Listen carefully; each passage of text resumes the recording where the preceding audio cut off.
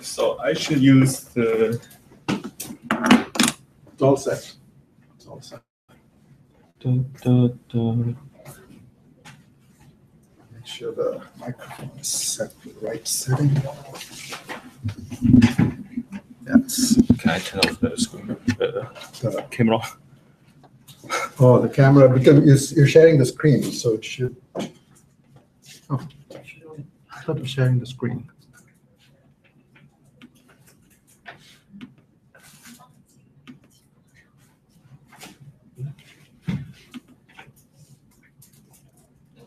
Yeah, once you start the PowerPoint, the camera will work. You can then see the screen. Oh, okay.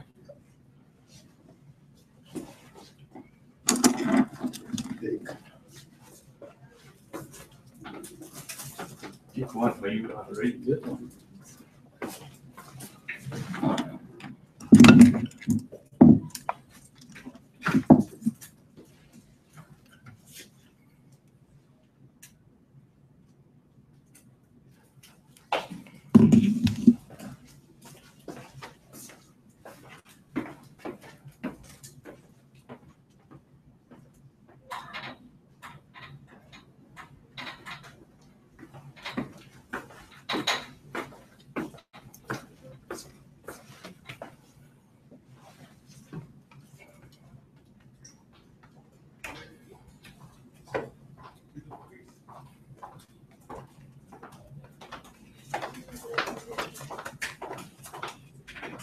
The room will be late, right?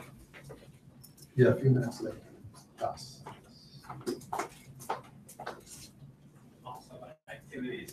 Looks like the restaurant on the. Oh, no, okay, wow.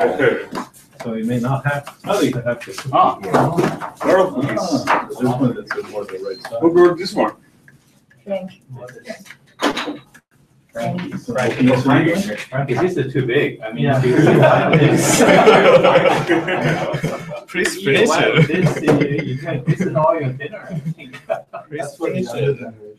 Yeah. It's gonna be expired. Please finish it. I have this. Someone wants to. Yeah. Then we don't have one. This is actually great stuff. I'm gonna try this. This is already the Chinese tradition. So it's okay. Walnut. Yeah. Okay. So this is like eat the cake and keep quiet. No, it's So you brought a bigger one? it's just because the Moon Festival is coming soon. This Sunday, and my parents sent it to me, and it's gonna be expired. It's like his mother actually sent him boxes. Yeah, sending too many. I think we got a lunar eclipse coming tonight or this Yeah. week. If you go to. I'm gonna get a, Or soon. no, I'm gonna get a knife so we can cut it. Small pieces without eating the whole thing. It's gonna be crazy. What's my key? Oh, I give to you. Sunday. You did? Sunday is a On lunar your eclipse with a supermoon, whatever. desktop. Oh. That's bad news. I think I locked myself. You locked your door. I locked myself out of the office. I'll be right back. Yeah, but Matt's here. So Cheryl, are you going? Wow. Are you going to the ocean side? Yeah. Yeah, well, Submitted the abstract. Jin wants to take a look. So Yes. it was submitted tonight.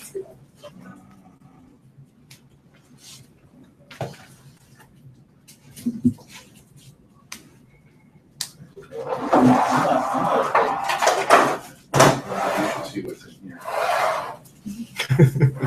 Chocolate.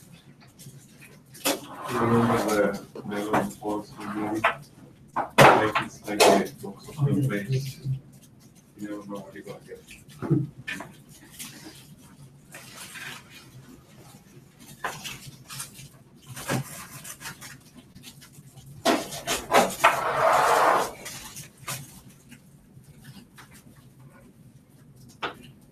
How you been? Doing okay? You been well? Yeah, I was up until just now. Cookie? That's it.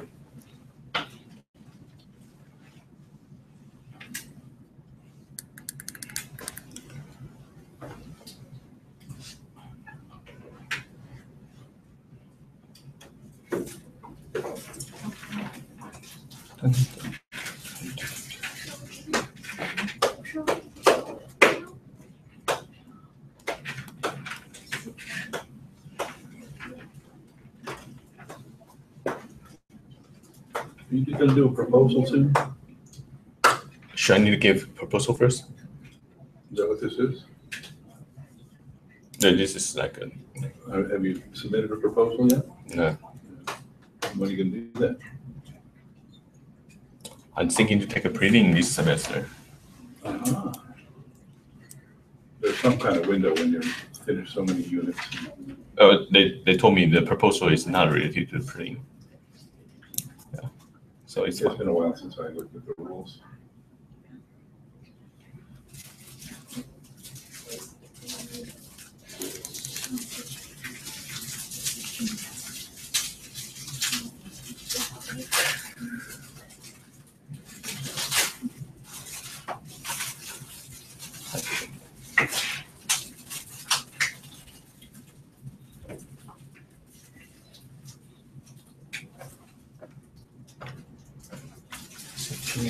Not outside. You went for a knife. Don't you students all carry knives? Hunting knives? Oh, so we can carry, Cut in. The handguns? I don't know. to pass the law, right? State of Texas. I'm waiting until they legalize bazookas. You ever shot one in a closed room? Concealed. That is retired, but you probably say. What is the status right now?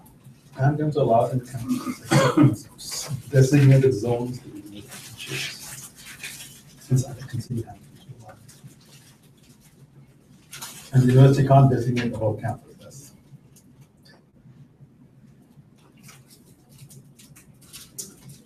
So are you allowed to take a handgun into the football?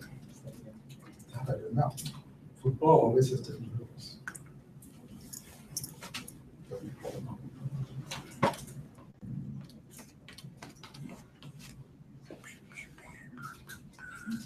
Can you take handguns into bars? No, private property, they have their own rules. Just to the public. I hope not. Let's just say that. Well, I guess you can take it, it's just not allowed. It's a play on the meaning of what it can. Wait. Holy cow. I know. It's like a Boy Scout thing. Got a cigarette knife, you got a spoon on the other end.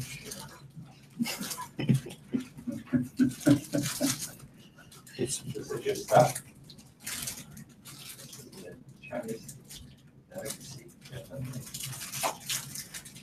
Want to try some?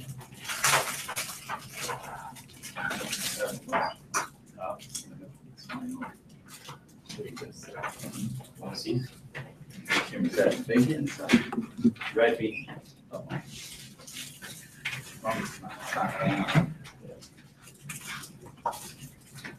stop. Yeah.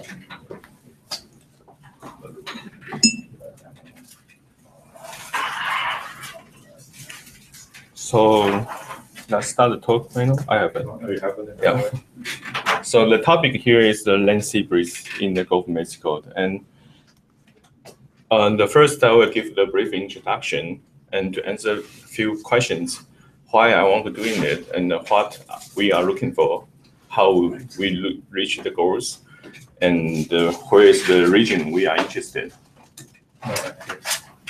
And then we'll jump to the few results, what I have right now.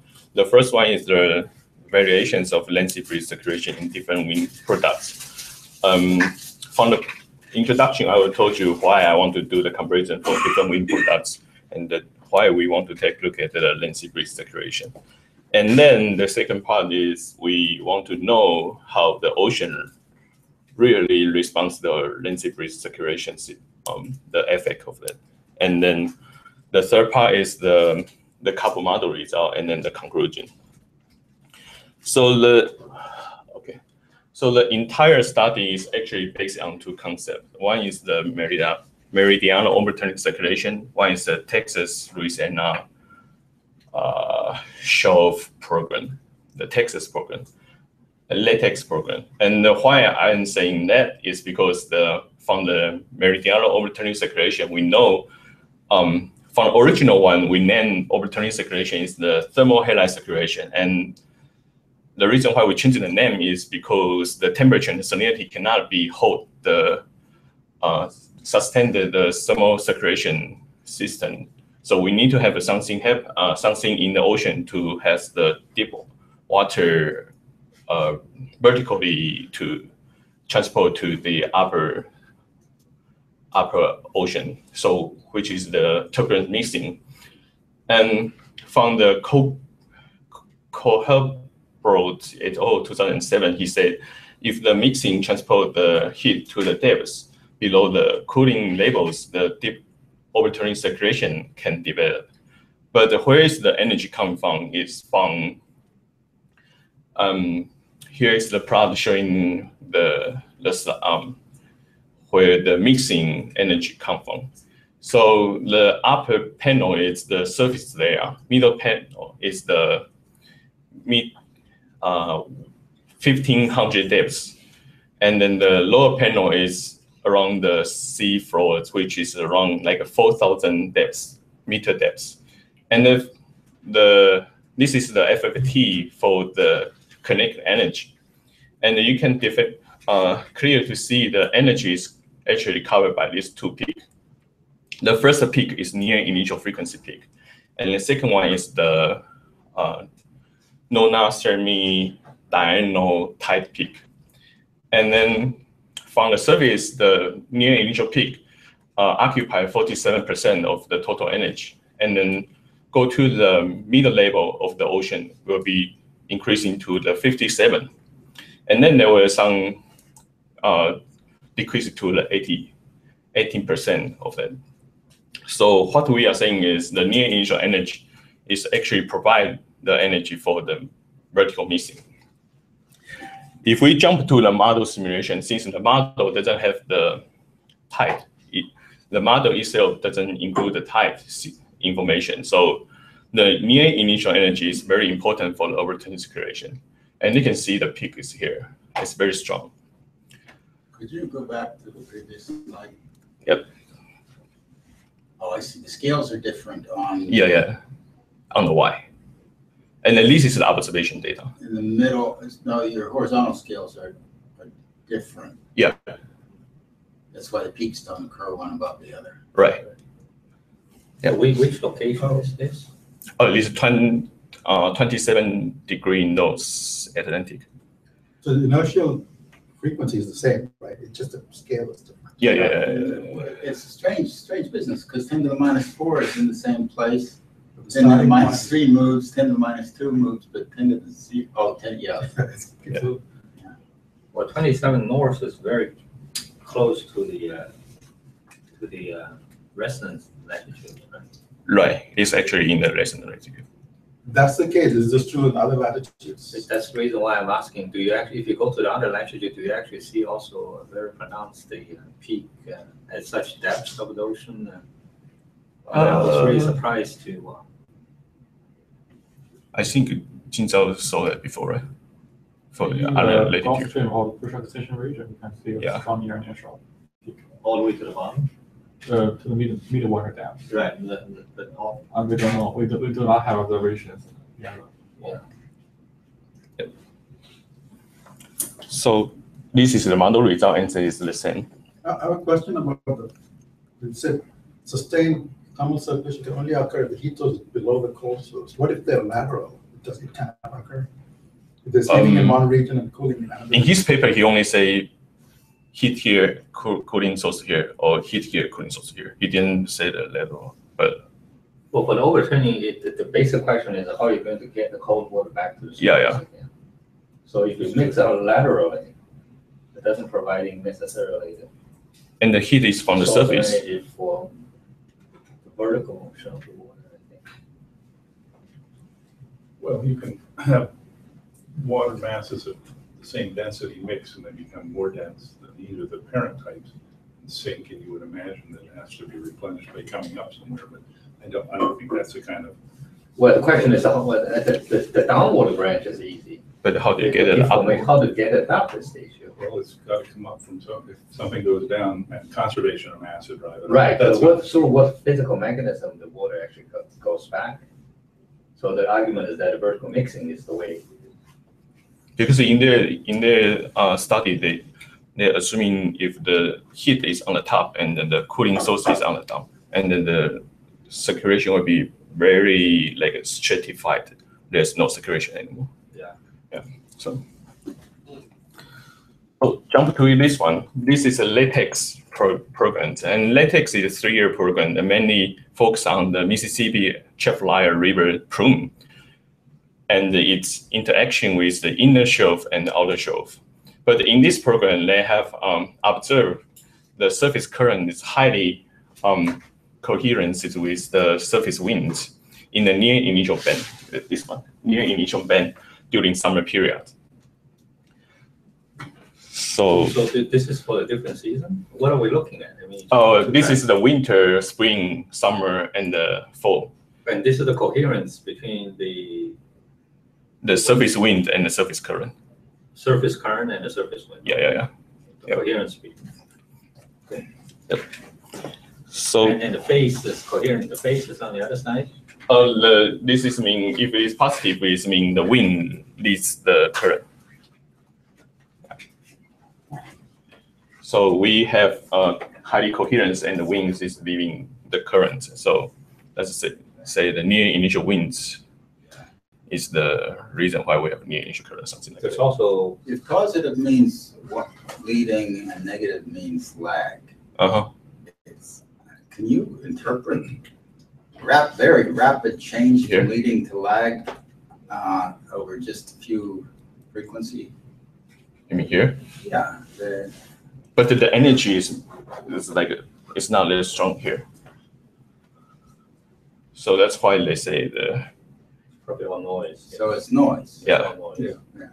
It's too And what you see is that in the summer, that the wind and currents are almost in phase. The phase shift is very low, so they're almost phase locked. Yeah. And in the other 3 seasons, which we called not summer, they're not. The peaks are going, and they're not. Well, there's no amplitude peak at one at the inertial period. And also they rotate in the same direction too. I believe that's true. So another idea we got from the LaTeX program is the freshwater effect. And in the winter, the water goes from the upper coast to the down coast. So they will make the fresh water along the coastal region. But however, during the summer times, the water is from the down coast to flow to the up coast. So where fresh water, they will be like covered entire the shelf. So if we consider the vertical mixing, then there's 2 major factors. One is the near initial energy vertical mixing, and one is the freshwater effect. We need to think about that part. But before we jump to the result I have, this is the Remarks 2013 study. And what he did is he used unsafe winds and the CFSR winds, and used those 2 winds to force the global ocean model and plot the near initial kinetic energy. So first of all, you can see in the unsafe, you can see the energy around the coastal is around like 30 degrees in latitude, which is the diurnal signal. And if we change the NCEP wind to the CFSR winds, the total global average kinetic energy will become from 0.06 to 0.02. So it's like a 1 order difference. And it's very huge. And he further tried to understand why we have this kind of result. He thinks maybe it's due to the temporal resolution and the spatial resolution. So here is the things he do. He resampling the original CFSR spatial resolution and interpret into the coastal resolution. And then also for the time, they changed from the 1 hour data set to 4 hour and the 6 hour data set. Could you, I missed what is being contoured here? I see it's kinetic energy, but of what? It's near initial kinetic energy. Near inertial kinetic energy Yeah. in the upper level of the ocean, vertically integrated. It's surface. At each latitude, it's a different, you compute the latitude dependent timescale and then. Right. Yeah. Okay. So what result he get is here. If we say original like control run is 0%, then when we change to the different resolutions, how much energy we lose? Temporal resolution. This one is temporal resolution. Okay. This one is spatial resolution. So in spatial resolution, he found out if we change to the 2.8 degree, then to the high latitude is only around like a 40% of the energy losing.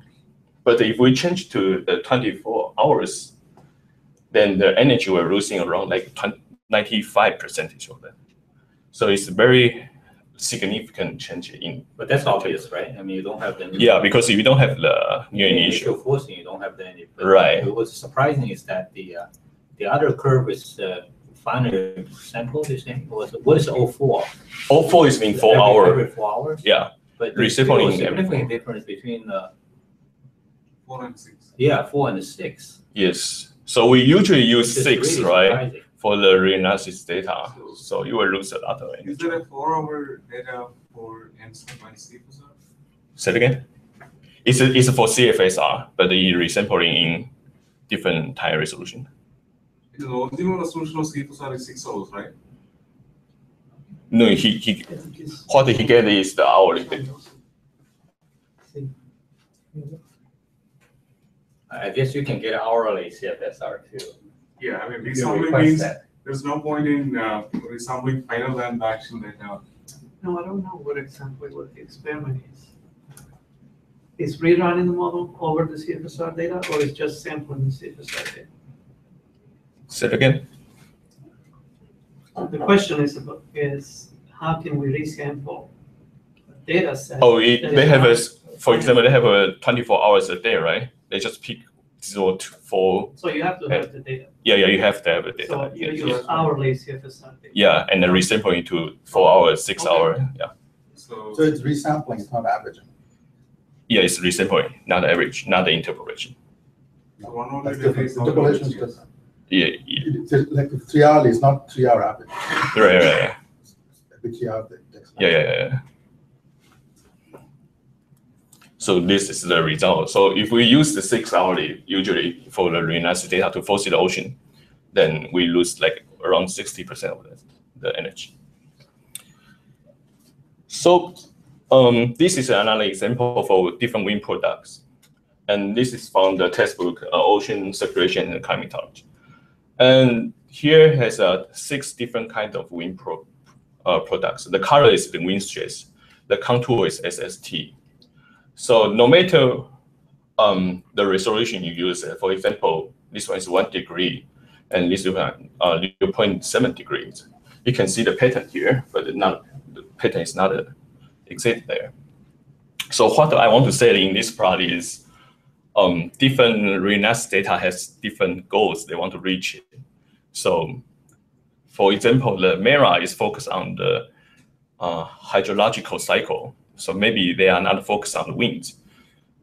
So the surface wind may have no like a highly like a clearly pattern for that. So that's why we want to use the different wind products to do the comparison and to understand the Lancy breeze and its resonance effect and the ocean response. But why we want to focus on the Lancy breeze and it's because the Lancy breeze circulation is on the same level of frequency with the near initial frequency. So we will have the resonance effect because we have the wave on the same frequency will be like double, right? And at least it will be identified by Simpson et al. 2002. So the question for this study is if is it the features of the diurnal wind cycles in different wind products is the same? Or if it's not the same, how the near initial wind work input will look like? How different it is? Why we want to look at the near initial wind work input? Because it's the energy source for the near initial oscillation in the ocean. And how the ocean responds on that. And then the final question is, if we use the carbon model, how different with the ocean model only? Before we start doing it, I used 7 different wind products to do the study. All of the winds are reanalysis winds, unless the NAM. NAM is the forecast wind, and this is the one we usually use to force the ocean model. And since the gray resolution and temporal resolution are all different, so I will resample it to the 6-hourly time resolution and do the integration into the quarter degree. And here is the result I want to see. Is the first thing I want to see how different it is from the low frequency to the high frequency. So I do the domain average. This is the domain I have from 18 degree north to 32 degree north, from 78 degree east to the 100 east, and do the domain average and FFT on that. So we see the low frequency looks no so much difference between the wind products. The first thing is this one. This one, the black line, is the 24-hour resampling line for the EI interior forcing. So EI interior reanalysis data is 6-hourly, but I do resampling in 24 hours. So I can compare with that. I can see whether the Lancy breeze circulation is very important. What do you mean by resampling? You're doing interpolation, right? No, this one is resampling because it's 6-hourly data. So I take each, like, for example, 0 hours. So then I have no like diurnal system between it within a day. Like the previous one we see. Okay. Yeah. What is the rotary spectrum? It is a power spectrum. Yeah. No, it's not the simply the power spectrum. But it is the rotational spectrum. Yeah. But it's different. But for one, it's. So it's obviously, what is the definition of rotary spectrum? Well, you can get the counterclockwise and the clockwise winds, but here I only show the clockwise winds. So it divided the velocity into 2 different rotations.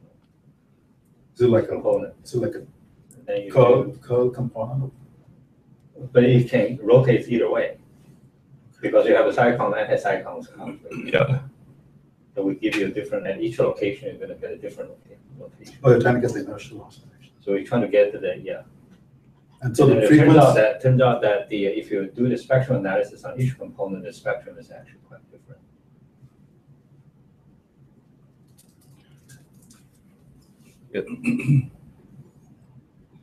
So Frankie, when you do the sampling, the daily sampling, you have to pick one time.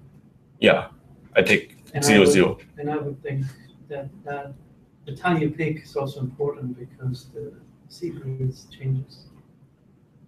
So I mean, I wonder if you see any difference if you would pick.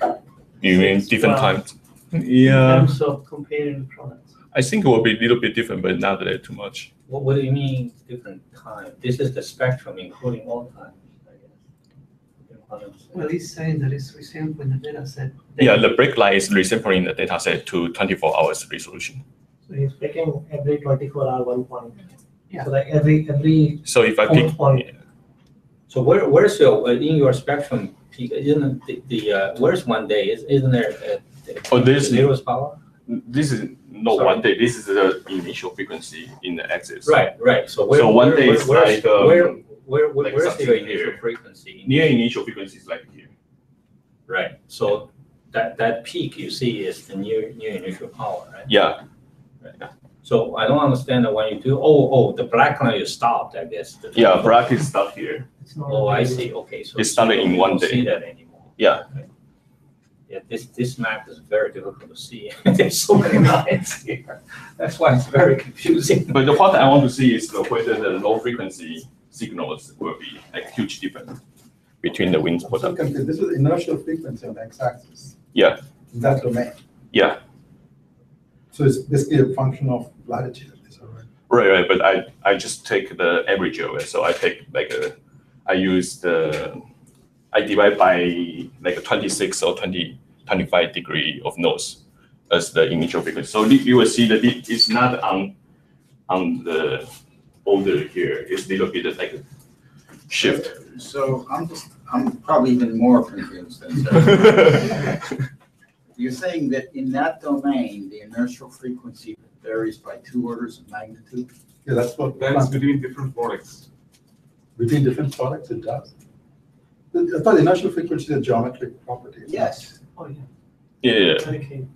So how can it vary by 2 orders of magnitude over that? Well, I do the average and then assuming the initial frequency is on 26 degree nodes. But then is your x-axis just frequency?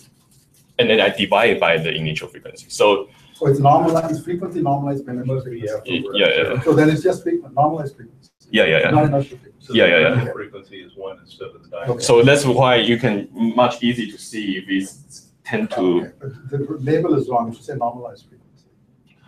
Oh, okay.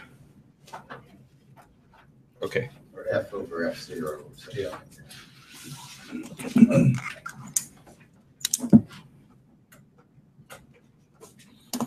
All right. So jump to another one. This one is try to compare the So what was the point of showing, what we're supposed to take away from that picture other than the previous? Can you back up one? Why do you show us? I just want to see the low frequency is not too much different. But even the 1 does not seem to be that different near 1. Yeah, it doesn't, are there some regions where you'd say it's greatly, well, I guess maybe a little bit higher frequency than inertial, there's a lot of difference. But near 10 to the 0, they're not that different. Are they? Yeah, but if you consider the near initial frequency, it's very different. It is? Well, very different is a subjective. Right. Right. Yeah. That's true. Where Yeah, you it see, just- if you just look at the peak, they all seem to agree though, right? Yeah, because only the label different. Yeah, I would look at this and say, I would say near inertial frequency, they seem to agree. In between, they don't, but. Yeah, and if you look at the difference divided by the average, the fact that those are spread about, this is logarithmic. So the fact that they're spread out in the vertical and not spread out so much in, right, where the. You mean this one and this one? No, we just look at the near initial band. Yeah, Okay. right at the inertial frequency, you say they're very similar.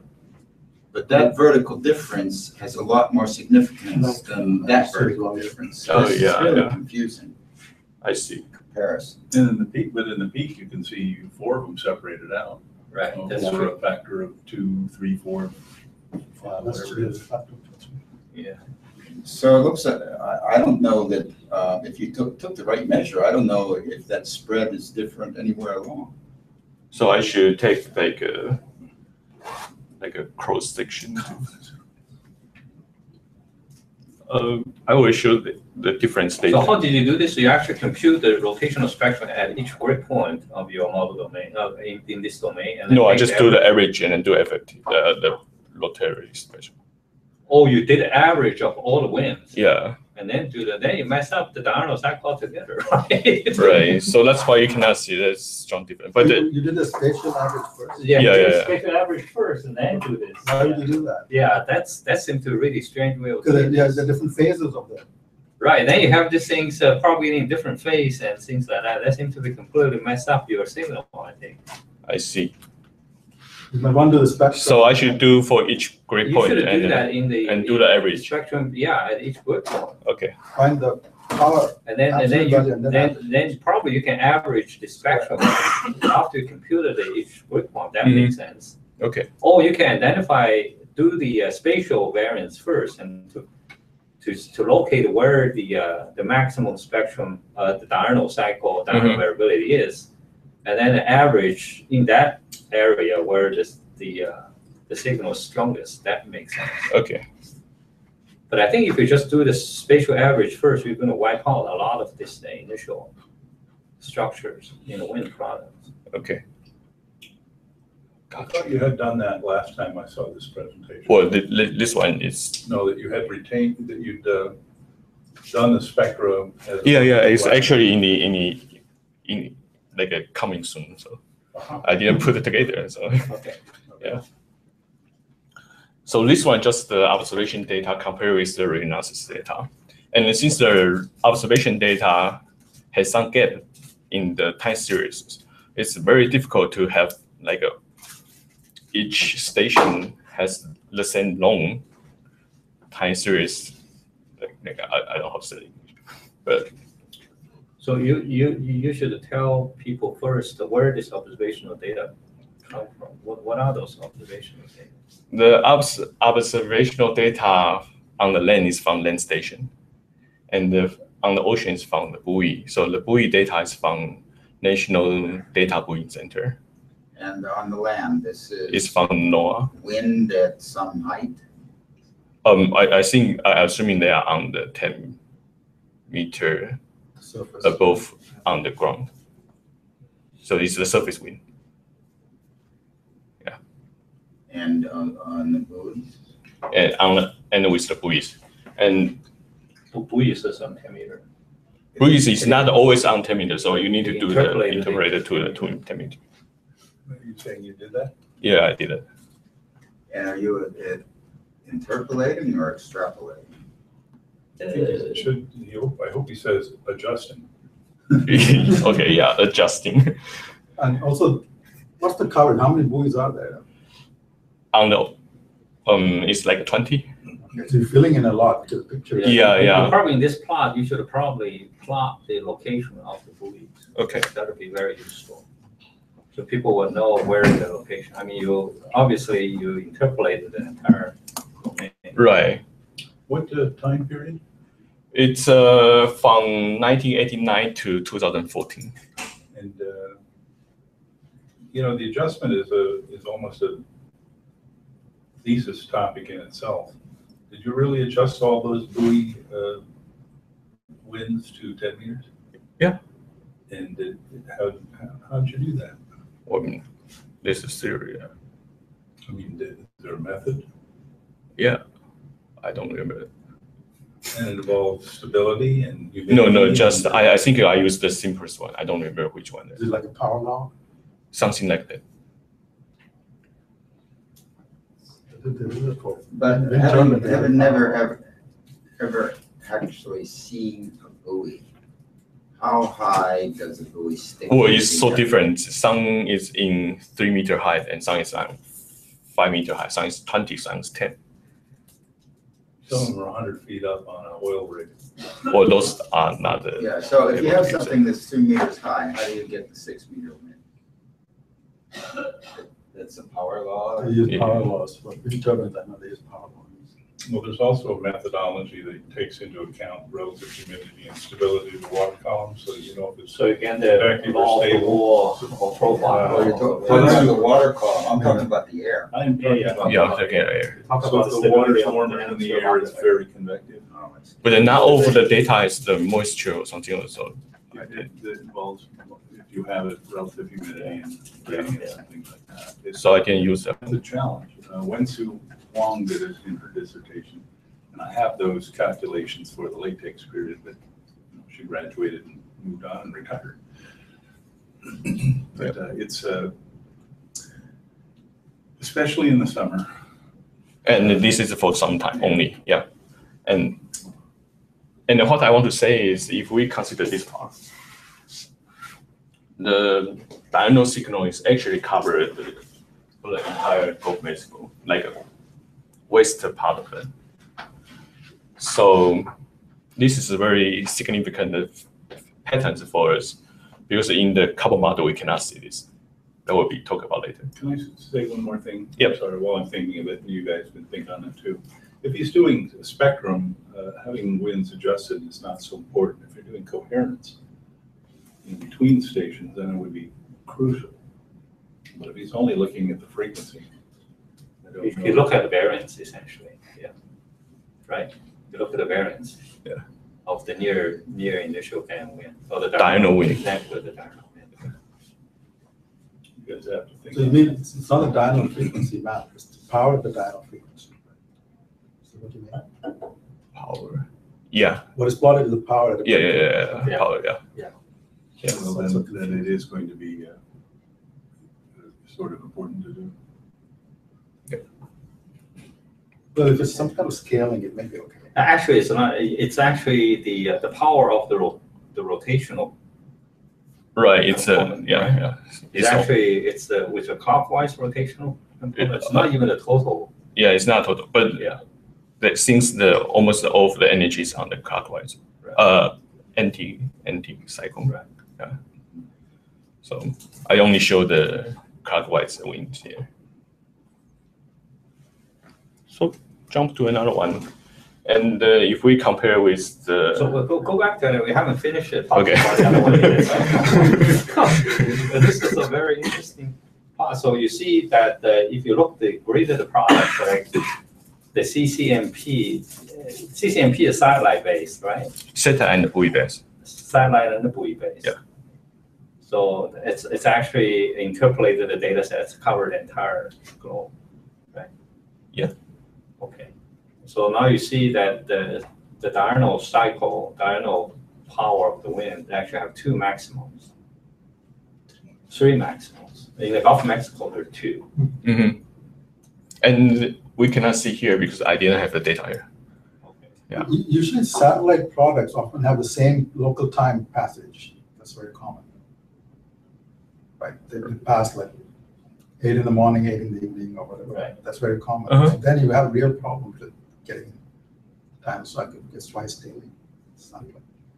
Yeah, but observation is not Zeta. Yeah, this one. No, observation I understand, but the satellite product. But Unless this is you the Renaissance winds. They are assimilated with the satellite winds and the buoy winds, just like the EI interior. The satellite might not be providing, unless they have multiple satellites. Yeah, it's You want multiple to use the satellite. diurnal cycle information. You Right. need daily. It's Right, multiple the, satellite. the picture below here shows the East MWF, Yeah, the EI interior.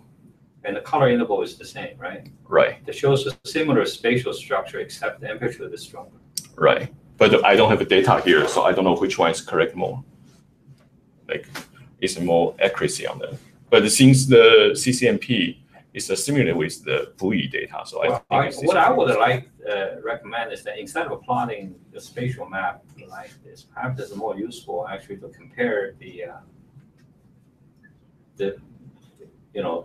gridded products, like, and to the actual buoy winds at that location measured. So rather than just, because I don't know what those interpolated map really means here, because you see some bullseyes over here, there could be those actually the regions we actually had the buoy, Uh-huh. right? You don't see much of the other stuff. If I Could be do they don't the have any. comparison between the Renaissance winds and the buoy winds, the correlation in this part is over 85, but here is just 40 or I 60. think what Ning is saying that doing the interpolation with a big data gap don't really want to do that. Right. Right. Your It's answer too depends on coarse. how you interpret it. But I want to see how the like a 2D map. We just don't have the data. You don't have the data to do that, so I think it's probably better just to do the station to station, you know, you can compute a coherence between the graded winds and your actual measured winds to see, to validate how good those things are. Okay. Because if someone uses a different interpolation, spatial interpolation scheme, you get a different map for this one, so which is right. Yeah, that's true. So it looks like these things in the corner over there, I mean, your station data also capturing this maximum here. Are there any buoys right at that boundary over there? Actually, there's the one, but the data is very bad. No, near the maximum region. Here? Yeah. The 420 deal. So there is actual buoy there. Is that black line the Mexican-US border? No. Well, that's a little bit higher than at 20. Well, it's not far from there. No, The black line is showing, like, if you remember last time I already said, the above the black line. Yeah, well, that's not my point anyway. My point is there's lots of stations in here. The CMIN station, Port Aransas, all sorts of stations. So I can also get it from the NDBC? Yeah. Really? Okay. Because I didn't find it. So They've been there forever. PTA2 is one I'll show you later. okay. And that seems to be a critical region because that's supposed to be the region you're supposed to see Right. some large signal. Yeah, and then above this line is the region we want. So okay. So jump to The it. hotspot off the Yucatan was important in Jason's talk too. What's that? That's What's up true. with that? That's true because I read some papers. The diurnal signal, the Nancy breeze actually enhance the thunderstorms. So maybe it will enhance the hurricane too. So for Jason's part, then. But are there any explanations why the diurnal cycle, the Nancy breeze, is particularly strong over the Yucatan Peninsula? I didn't see it. Anybody study that? That seems to be really interesting. I didn't see I mean, we it. know the ocean is very shallow over there, right? Yeah, it's Well, very shallow. is this, It's very shallow. when you're thinking about this, is it right to think so linearly? Can't you get nonlinear transfers into the inertial frequency? You mean harmonics? Perhaps harmonics, yeah, or just the frequency. No, this is not even the initial frequency. This is just pure at 1 day frequency. So he's really looking at a 1 day diurnal cycle right here. Yeah, but I'm just wondering if you have a really strong active region, can you get a nonlinear transfer So into that see frequency? This was right? But you have the spectrum, you didn't see those. And then Go back to the first picture. you showed. Okay, yes. You didn't Well, see the harmonics. That's again a spatial algorithm. But you No, the one probably- from the paper by Rafael Ferrari and Oh, no, the first one. first one. no, No, which one? no. Yeah, this one. Or maybe there is some. There is, I mean, it's a broad spectrum. yeah. Yeah, it's cross spectrum. The near initial also, that's why in ocean, when you look at the near initial, they don't say just near. That's the reason why it says the near initial. They don't say initial, it's a broad band. Yeah, it is a broad band. So I was just wondering if you have a region, which was important in Jason's talk, where there's just a whole lot of energy in the system, it may be that there's a lot of energy. Well, So you lift the whole spectrum correspondingly. And so you'll get more in the inertial frequency just because there's so much more. But if we do the near initial frequency map, then it's nothing here. Because the diurnal signal is in the near initial band above this line. So if without this line, the resonant effect will not happen there. Okay, you're jumping. Yeah, because I just tried to. But the previous plot, I thought was showing the same thing. This one is just a diurnal. This So- is just this is the wind signal for the diurnal, Yeah. right at the diurnal frequency. Okay, So we see very strong, like say, we see very strong Lancy breeze here, but this Lancy breeze frequency is out of a near initial band. So when we do that's what the, you're saying. So the near initial frequency change is a function of latitude. Yeah, that's right, yes. So what is it? This black line is actually the lines north of that. That's where the near initial frequency and the diurnal frequency are very close. yeah, it's within the- within the near initial band. Within the initial band we defined. So it really should be a band, a pair Yeah. of lines. Yeah. There should be a pair of horizontal lines. But if it's. No. if It's that's actually overlap- the near initial band is actually band. It has a two lines. So you move this in the center is right at the near initial I think frequency. Lee, the other lines probably overlap, so it doesn't matter. Yeah, another line is Yeah, like yeah. on That's right. 45 or Another line 50. is over. So, That's true. so to save time, jump to this one. This one is the near initial frequency map. So Now you look at the ocean now, right? no, this is the wind. Okay. So just want to show you that each wind product has different wind near initial frequency oscillation band. So, and then below this line, although the Yucatan the shelf is very strong signal in diurnal frequency, but we cannot see that. So the reason you get a sharp cutoff at your line, is it because of the way you defined it? Yeah, I defined the near initial band. So that's why you can see this. But that's, I guess it's slightly arbitrary. You could take a slightly wider band or slightly narrow band. Yeah, I mean, my one used very nano is like from 0.8F to 1.17, 1.2F. But some people use like 0.7F. So it really depends on Whatever you choose. yeah. So, but at least in different wind products, we see different results. And if the near initial energy is very important for vertical missing, we should have a different result for the vertical missing. So, and then this one is the near initial wind work input. To calculate that, I use the step ocean model, and that one, we need to have the climatology mixing the depths. So even though we see very strong signal in the near initial frequency band here, but since the mixing depth is very deep, so we cannot see that in the near initial wind work input. So how do you calculate, what physically is involved in calculating the wind, the input? Wind stress input with the mixing depths, that like a Ekman pumping, something like that. So work suggests a force times distance calculation. What is wind work? How do you define wind work? I use the Donen. No, wait, what's what's the the definition? I know, I don't care which kind of a formula you use, but Stress what's the times definition? current.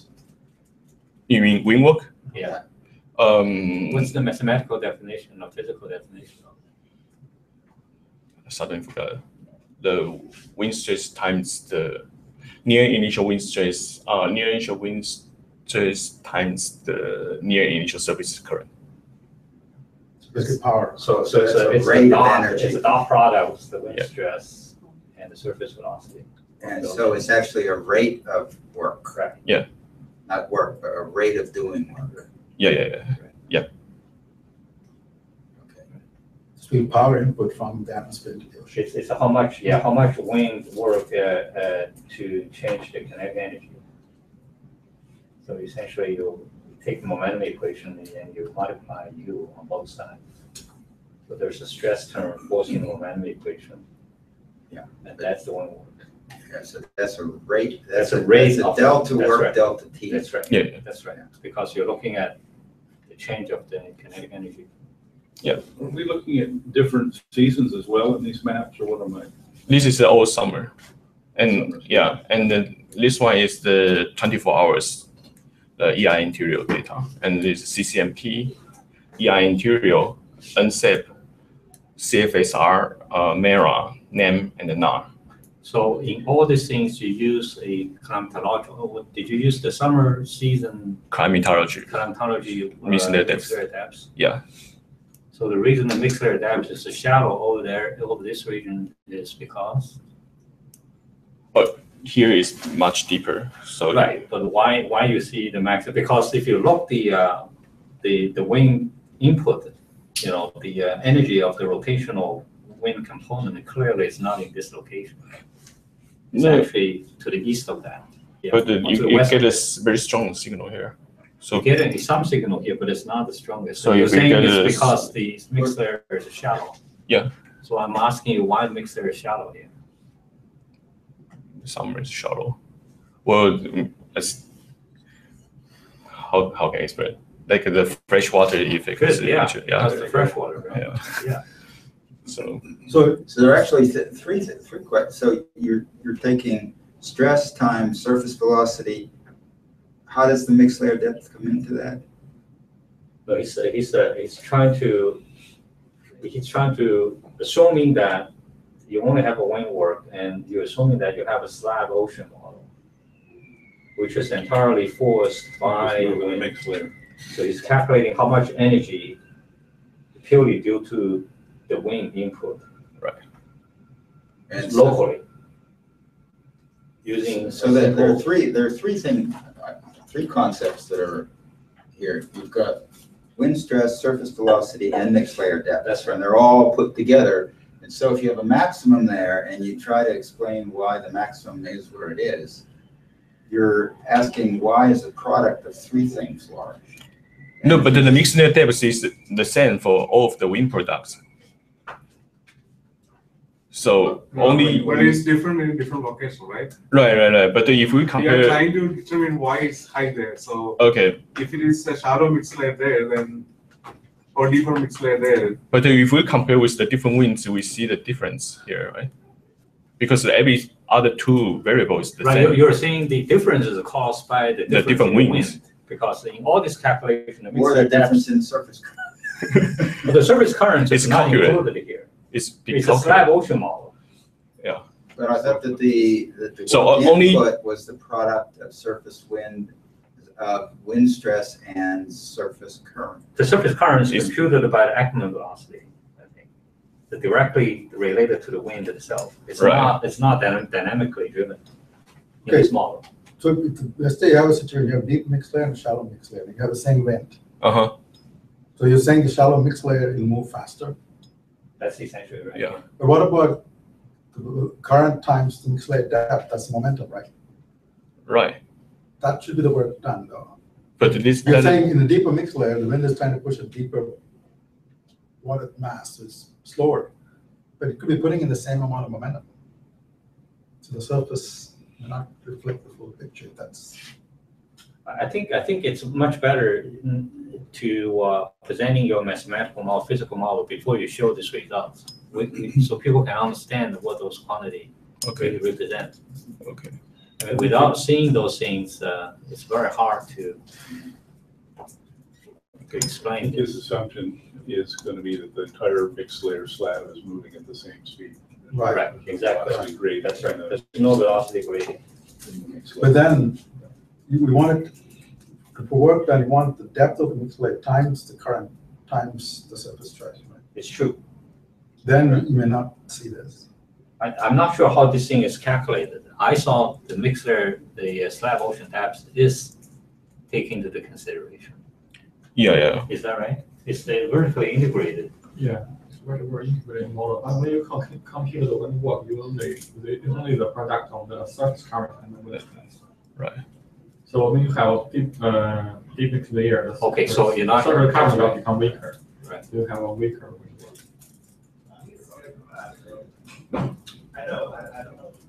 Well, then you better think of a better name. Because if you deepen so the work input, that's energy input. Yeah.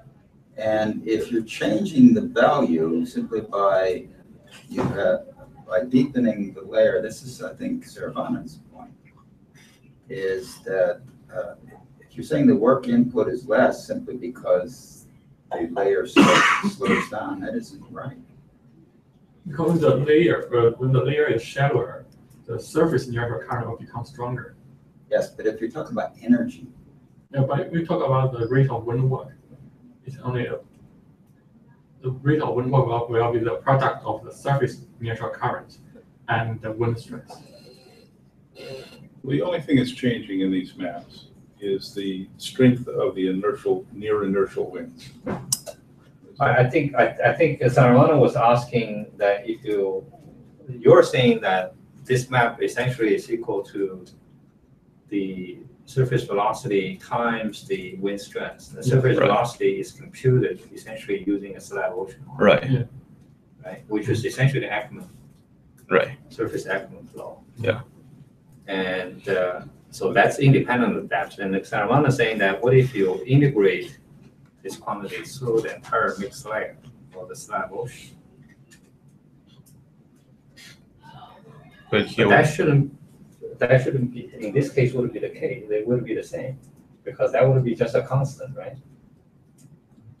No, the reason I brought it up because you said if mixed layer is shallow, you can do more work. That's what you're saying. That's exactly the Ackermann flow is inversely proportional to the depths.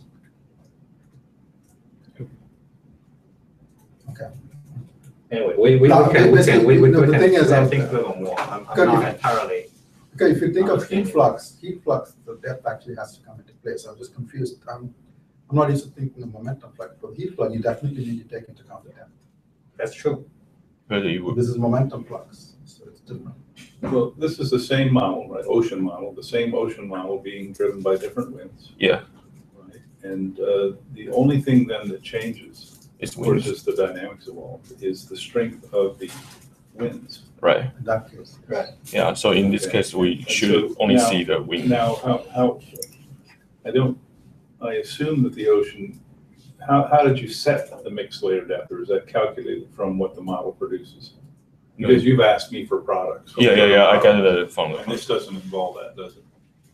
it The does. mixed layer depth from this has nothing to do with observations. It has to do with what the model. I think they talk about is the observation. Well, you probably set up the TS background or climatology. Well, if they calculate from the temperature, yeah. I mean, this is not free. Your ocean model is not free to develop its own temperature and salinity. No. This has nothing. Yeah, the mixer depth is prescribed. Okay. Whatever is the Yeah. So then the only thing that's changing is the It's strength of the wind. winds. Exactly. According to this simple slab ocean model, everything is determined by the winds, by the local winds, near Yeah. initial winds. So the interior of the ocean is not evolving No. differently. and it's So just I think this comparison essentially is saying that given the same mixed layer depths or the slab ocean depths in the Gulf of Mexico, you actually see using the different wind products, you get a different estimate of the rate of the wind work into the ocean. And this difference has to be due to the surface wind Wind. difference. the product, The product. the wind product. The wind that you're product. using, Yeah.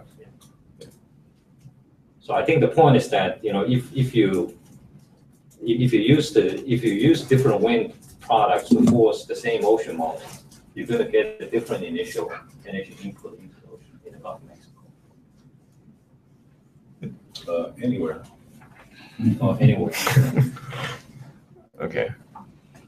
So to compare the wind products and the observation data, we are trying to compare with station by station, and using the near initial winds for each observation and the reanalysis data. So overall, we can see if the size of the ellipse is the magnitude of the power of the near initial winds, then in the western Gulf of Mexico, they look similar with the observation data.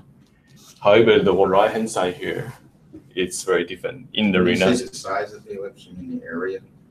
the size is like the magnitude of the wind. The size of an ellipse in your meaning is the area of the ellipse. Is that? Yeah. If the wind is stronger, then the size is stronger.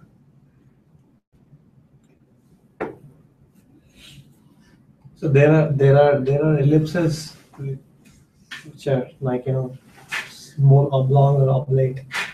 So if you go like narrow like this, it means a V vector is much important than the U vector. Oh, okay. So that ellipse is that U and V. Yeah, it's constructed by U and V. I think the shape of these things essentially at the near initial frequency, whether the wind rotates like that or just simply going back and forth like that. Yeah. So if you have a very squashed ellipsis, then it's basically going this way. Go this way. Okay. Or if you have a circle, then the wind rotates like that. Right. Yeah. But anyway, when we compare with the observation data, we see the energy here. Say energy here is much weaker than the observation data. So if we are saying the near initial energy is very important, then we probably cannot have the strong enough vertical missing in the Florida shelf. This is a nice comparison because you're not doing the interpolation here, right? Yeah, point by point. And one question, you said CCMP uses buoys. Yeah. Presumably they use the data you have here. I think they use it, but I don't know why here is so. So there's some of the analysis procedures discarding that information. I don't think CCMP uses any buoys. It's basically the satellite observation plus the CubeSat. So there's no place for What buoys. is it plus the reanalysis? No. Maybe reanalysis. It's just the model. Model plus the I think satellite CCMP is a reanalysis. It's a Yeah, but I don't think they're simulating the satellite quick scan wind. Yeah, but I don't think they are But considering. I'm not sure if the buoy winds is Buoy is, simulating or there. not. Okay, I suspect not. I suspect probably not either. I only had a quick look at the documentation. So they but I fill in- never seen anything related to buoys there. Okay, so maybe I'm really wrong. So if you look this map, I see some really big amplitudes near the Florida shelf. Do you actually, when you look the variance in earlier picture, do you see a maximum here? For climatology, we have a difference. Can you go back to the original, the earlier picture again, where you actually construct the? Yeah, this one. So you can Oh, see- you only have 2 points. Yeah. Okay. Okay. So you see a slightly enhanced. But at least you can see here is like a enclosed system, but here it's not. It's like this way. That's hard to. Yeah. But it's very hard to distinguish. Yeah, it's interesting that the reanalysis doesn't pick up any of those signature at all. And if we compare all of the RENAS data, it's like that. But this region is very bad. So, and after the comparison, I think CCMP is the best one in our case. So for the first part is in order to fair comparison, I resampled it to the 6 hourly and the quarter degree in spatial resolution. And Lancy breeze circulation in each wind product has different features. So it may affecting the oil spill in BP oil spill in 2010, since the site is on the Mississippi River. So if I ask you a question, this is always a question I in my mind wasn't very clear. If someone asks you, what is the extent of the land sea breeze? To what latitude? We know it occurs along the coast, right? Mm-hmm. And if someone want to ask you, what is the extent of the land sea breeze impact into the land or into the ocean? Can you actually really define an area and such that you can tell people, this is the extent of the land sea breeze circulation along the Gulf Coast? Would your diurnal cycle power give some estimate of that? Well, that's the thing. I'm trying to really find, what is the bands of area this land sea breeze really had an impact over. Do we ever feel that land sea breeze affects in College Station? Well, that's a good question. I don't know how. The answer is yes. I don't know how how you define that. There must be a way we can quantify. Is that coastal or urban? Coastal. But I think it'd be really good if you can just come up and then maybe we can, once you define that, then you can look at different products and to see how different products actually. We have an expert in building, at least we have a couple of experts. Nielsen Gammon Yeah. and Epifani, both have studied the land sea breeze very carefully. Yeah, I definitely So you think should that talk you to should them. talk to them. Okay. So maybe we should hear from them in kind of a group setting, be very entertaining.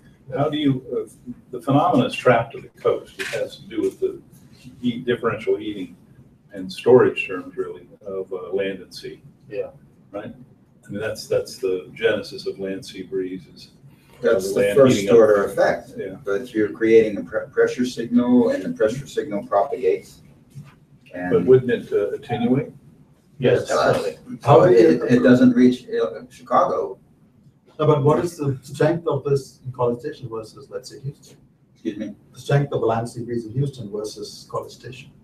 I mean, Houston. Well, no, I'm just gonna guess, since it's Houston closer must to be the a lot coast, it'll be bigger, right? stronger. No, but the thing, in some sense, an exponent should never decrease to zero. But you can't have. Well, that's, I think there has to be some definition to quantify, what is the impact of this thing? I guess you have a signal to noise ratio, right? I mean, you have this, you can take the ratio between your diurnal signal in particular, but then the diurnal signal is complicated because there's a local diurnal Right, signal too. land. But I've heard the weather forecast map discussions, people saying that the land sea breeze is gonna kick off convective activity in College Station Yeah.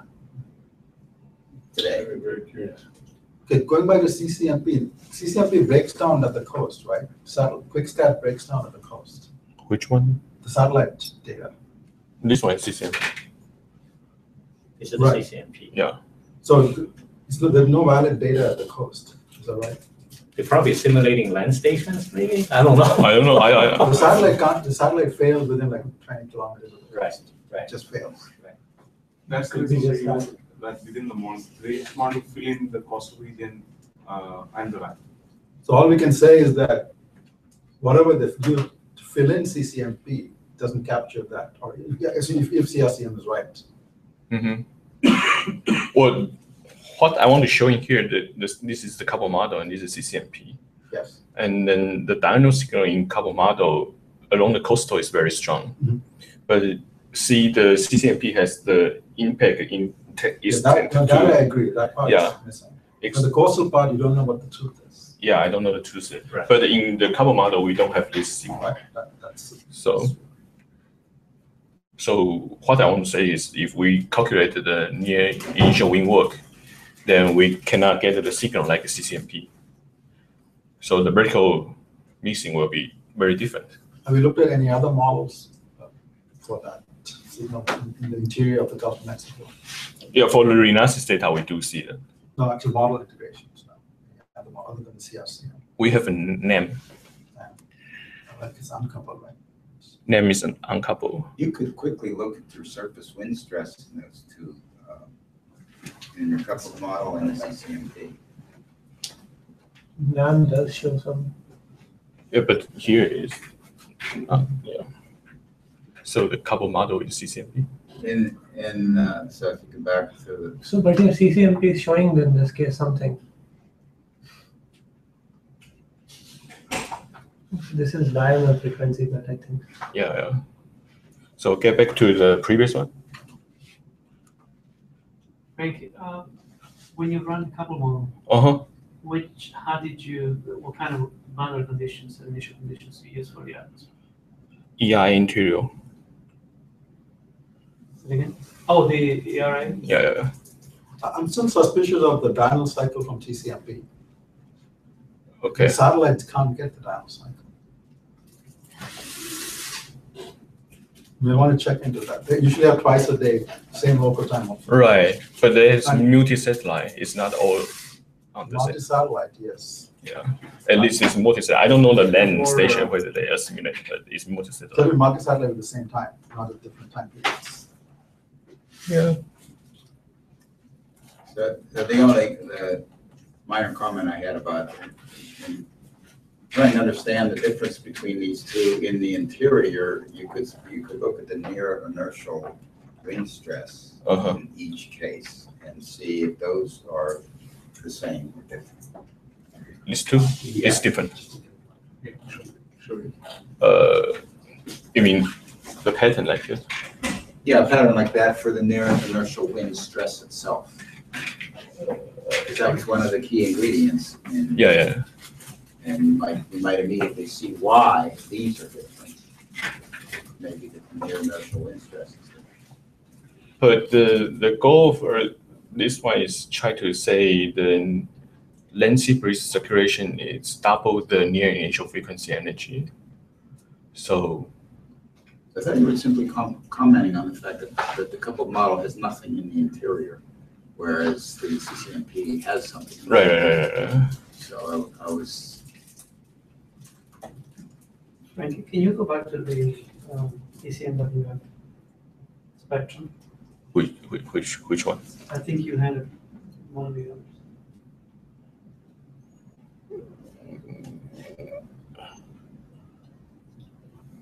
The diurnal? Yeah, Oh. the one that corresponds to the latest plot. This one? No. Let's see. That one. So that one, it doesn't really extend in the interior as well, right? You mean One this top, one? Yeah, But the color is very difficult to see. yeah. But in couple model in this region, the color is like this. So it's much weaker. Well, everybody wants to use color. Sometimes, just plug in the contour may be more useful. Actually. Yeah. So, What I'm saying is, The actual so, problem is with this Kautsky, and that's what I keep Yeah. telling to everybody. Like, let's not use color sometimes. Just use contour. Yeah. Don't use some other color palette, not this one. Okay. so but what, the iteration that you used from the Palomar, how long was it? 3 months. 3 months. So that is at the end of the 3 months, Yeah. your plot? Well, everything is like all of the ROMS model is beginning at March 21st, 2010, and I run 3 months and then change the winds and also change to couple model for another 3 months, and then use the last 2 months. So To do you couple for 2 months. Couple for 3 months, use 2 months. Yeah.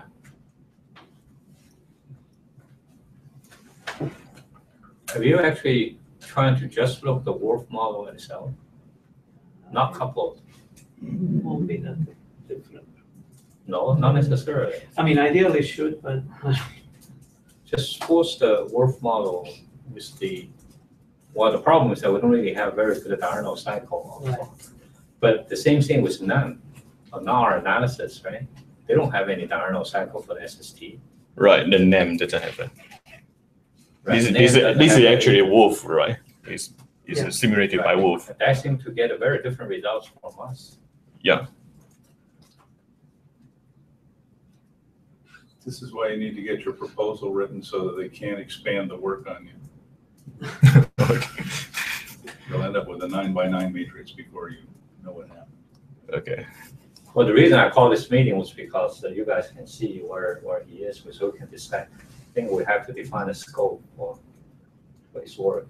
Otherwise, it's going to be all over the map.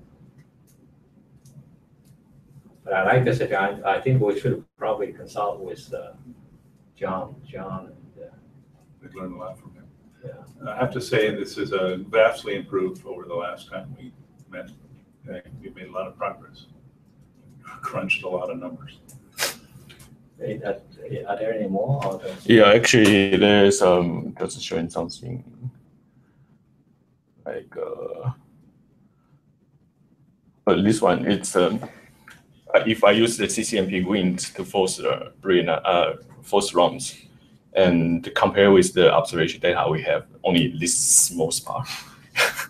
But at least for less spot, I can say the magnitude is similar with each other. So at least in that spot, I can say well, if you can say that, that's impressive. the result is like, well, I mean, this is the only spot I can get. I asked for more data, but since the HFR radar just, small There's band. more off of Tampa. But for this period, Should be. okay. They're out there more often than that one is. I sent email to them, but they never give me a response. Well, that's because that's Bob Weisberg, and that's what you're going to get. Okay. So you can get it through the JQ site. I can show you how to pull down the winds. Okay. It is the winds or surface current? These Is it the are surface current? HFR winds, currents, I'm sorry. Current. Yeah, surface I current. meant currents, but yeah, I can show you how to pull those down. This is the current data. Yeah. So this is a near initial surface current between the CCMP and another one is very simple one. This one is the site here, so almost the same spot I choose it. So and this one is the using the 24-hour resample for EI interior data. So which is say we don't have the Lancy breeze circulation. And compared with other winds, we see the vertical shell variances in So wait a this minute, wind. so this is using different wind products to force the ocean model? Right. Okay. So we see the profile, and this is the time. So it's from July to August, I think. And then in 2010, and we can see the double signal here. The vertical missing is much deeper than if we So don't have what are you plotting here? this spot. No, what quantity are you plotting? Vertical shell variance. Vertical shear variance. Yeah. Okay. There are two curves. The upper curve, the red one is sea surface salinity, and the blue one is the near initial windward input. And what's contoured in the color plots? Color plot is the vertical shell variances. So what here I want to say is if we have the Lancy breeze circulation, the vertical shell will be get stronger and deeper. So each experiment is forced in the same period of time, but using different wind products. Yeah. Do you think that's the case then? Yeah, we say the near initial frequency is to be doubled by the Lancy breeze. So the vertical shell should be stronger and deeper. And is there any observations in this one? There's no observation. No, in order to compare with the observation, they run another one. So this is the result from Jin Zhao, the observation, and 2005 simulation. And the same, this is non-summer season from August 26th to the end of the year of 2005. And from left hand side is the buoyancy frequency and the current kinetic energy in near initial band, and the near initial band vertical shear variances. And originally we say we didn't see the vertical missing, like go to the deep ocean in the summertime. So, and then also the magnitude is smaller than Jin Zhao's result. So we try to run this one to see whether in the deep ocean we can see the same magnitude of it. And then we do see the vertical missing is shifting, like it's propagating to the deep ocean to like a full 50-meter depth. So compared with that, although the signal is very different, but at least we can say the model do have the vertical missing in the deep ocean.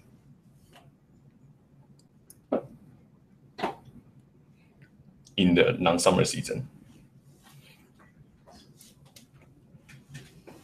And then the next one is if I extend it from the June to the end of year, and we see the summertime from here to here, it's very shallow. But if we go to the non-summer season, then we can see the propagating energy from the surface to the deep ocean. That's all. Except that during the non-summer season, the Lancy breeze is very, very weak. It's very weak. So the near initial oscillations probably Depends on the Generated winter by- storm. generated by the storms Yeah. rather than the Lancy breeze, Right. right?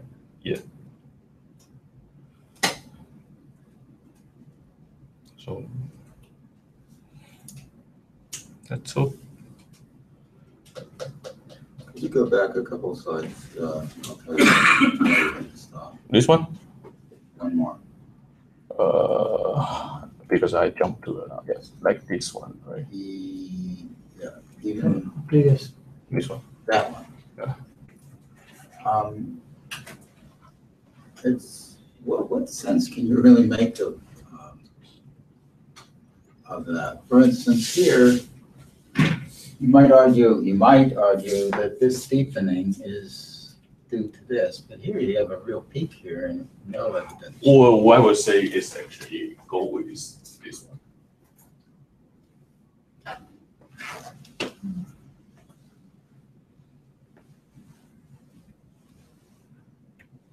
So from the 2005 result, we see the magnitude should be in the 10 to -6.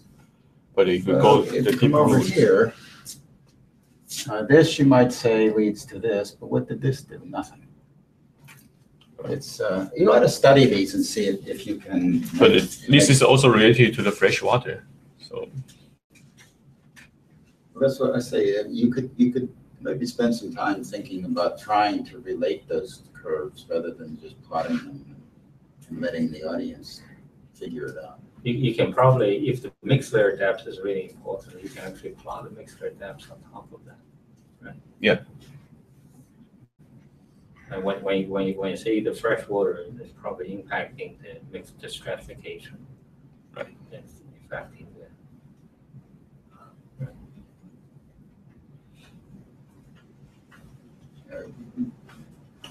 I don't know if you can get some kind of time scale for the response out of these pictures.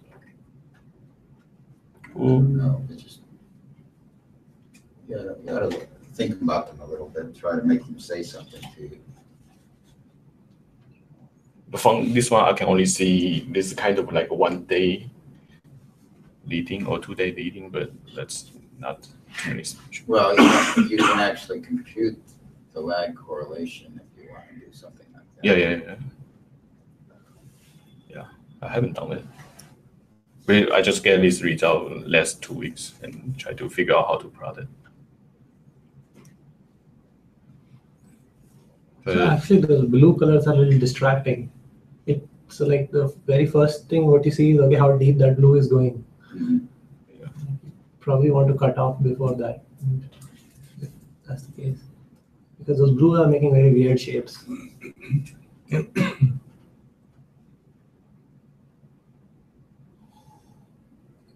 Okay. Excuse myself. Yeah, we're getting very late, so I think you probably need to call your committee at some point. Mhm. We need to meet again and discuss. Now we see what you have done, but I think we need to have a plan for you to work on this stuff. Okay. I think at the moment it's probably too broad. I mean, the problem you're working on. Maybe we should have focused on just a few things and see whether we can do one thing at a time before we move forward. Sorry. Okay. All right. Thank you. So Lee, I have a question for you. And we've been analyzing some ocean couple models in the